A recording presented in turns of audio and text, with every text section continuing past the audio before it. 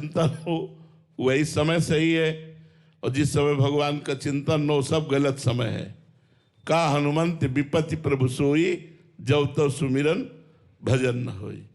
देखो, अगर हम आपके हिसाब से देखें तो सबसे ज्यादा गलत समय हमारा चल रहा है, लेकिन हमसे ज्यादा सही समय किसी का नहीं चल रहा होगा, क्योंकि एक भी मिनट ऐसा नहीं जो भगवान से विमुख जाए, भगवान की कृपा से, गुरु कृपा से। तो वही समय धन्य है, वही जीवन धन्य है जो भगवान से जुड़े। गलत इस प्रारब्ध का भोग आया है, लेकिन भगवान के चरणों के आश्रय होने के कारण वो हमें परास्त नहीं कर पा रहा, हमें गिरा नहीं पा रहा, हमें वो निराश नहीं कर पा रहा। हर समय एक आनंद, एक अद्भुत आनंद बना रहता है। इसलिए भाई, हम तो सही समय वही समझते हैं जिसमें भगवान का चिंतन हो, और गलत समय उसी को समझते हैं जब भगवान को भूल गए। उत्कृष्ट राय जी, गोरखपुर से।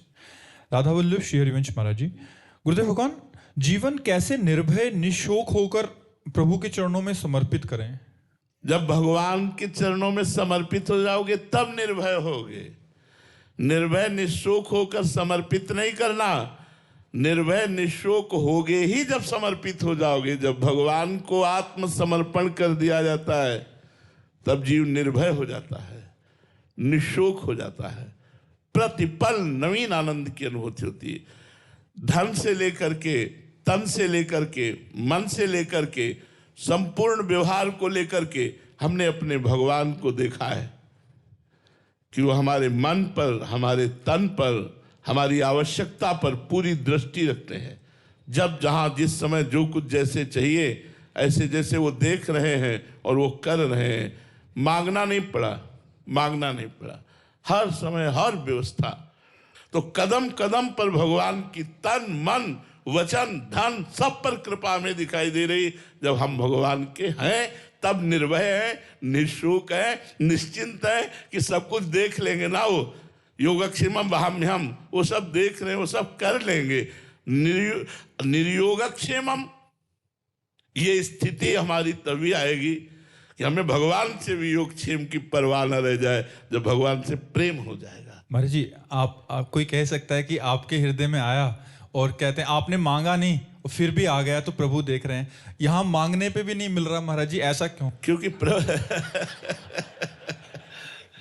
दो बातें हैं, हमने सत्संग में चर्चा की है। एक तो दुकान वाला संबंध, जिसमें जितने पैसे हैं उतने माल मिलेगा, और एक घर वाला संबंध। घर वाला जाएगा, बोला आधा किलो जरा घी का टीन उठाइए, तो वो पूछेगा नहीं, दे देगा। घर वाला है, आधा किलो घी उठा देते नहीं। लेकिन आपके आधा किलो घी निकालिए तो पैसा निकालिए। तो पहली बात, आप भगवान के घर के हो, आपने अपना संबंध भगवान से माना है नहीं, तो फिर नहीं मिलेगा। दूसरी बात, आपके पास इतना तप है, भजन है, साधन है, अनुष्ठान है, तो मांगिए, आपकी बात पूरी होगी। न तप है न भजन, करो बेविचार, पियो शराब, खाओ मांस, करो मनमानी आचरण, और कहो भगवान तुम्हें लड्डू का भोग लगा देंगे, तो भगवान भूखो नहीं मर रहे। ऐसे कामनाओं की पूर्ति नहीं होती। तपस्या, भजन, अनुष्ठान, साधना, या तो ये हो, और या तो सीधे हे नाथ मैं आपका हूं, हे नाथ मैं आपका हूं। भगवान की शरण, भगवान का घर जाया नौकर बन जाओ, खूब माल लूटो, खूब आनंदित हो जाओ। दो ही पद्धतियां हैं, या तो साधना और या तो साध्य में समर्पण। दोनों नहीं है तो फिर कामना की पूर्ति नहीं होगी। महाराज जी, आपके पास तो दोनों है, तो कटता किससे है? हम तो घर वाले हैं, हमारा तो कुछ है ही नहीं। भजन से है ही नहीं ना, है ही नहीं। मैं भजन नहीं कर रहा, वो भजन करा रहे। मैं साधन नहीं कर रहा, वो साधन करवा रहे। घर वाले नौकर को पेमेंट थोड़ी मिलती है। घर वाले नौकर, घर वाला घर का पर्सनल नौकर हो, उसको पेमेंट नहीं मिलती, पर उसके सारे खर्चे मालिक स्वयं देखता है। तो हम पर्सनल नौकर हैं, घर वाले नौकर हैं, हम पेमेंट वाले नहीं है। इसलिए हमारी फीस नहीं कटती, हमारा सब चलता है। भगवान के आश्रित हो जाए, बड़े मजे है यार। तुम्हें बिल्कुल सरल भाषा में कहते, भगवान के आश्रित हो जाओ।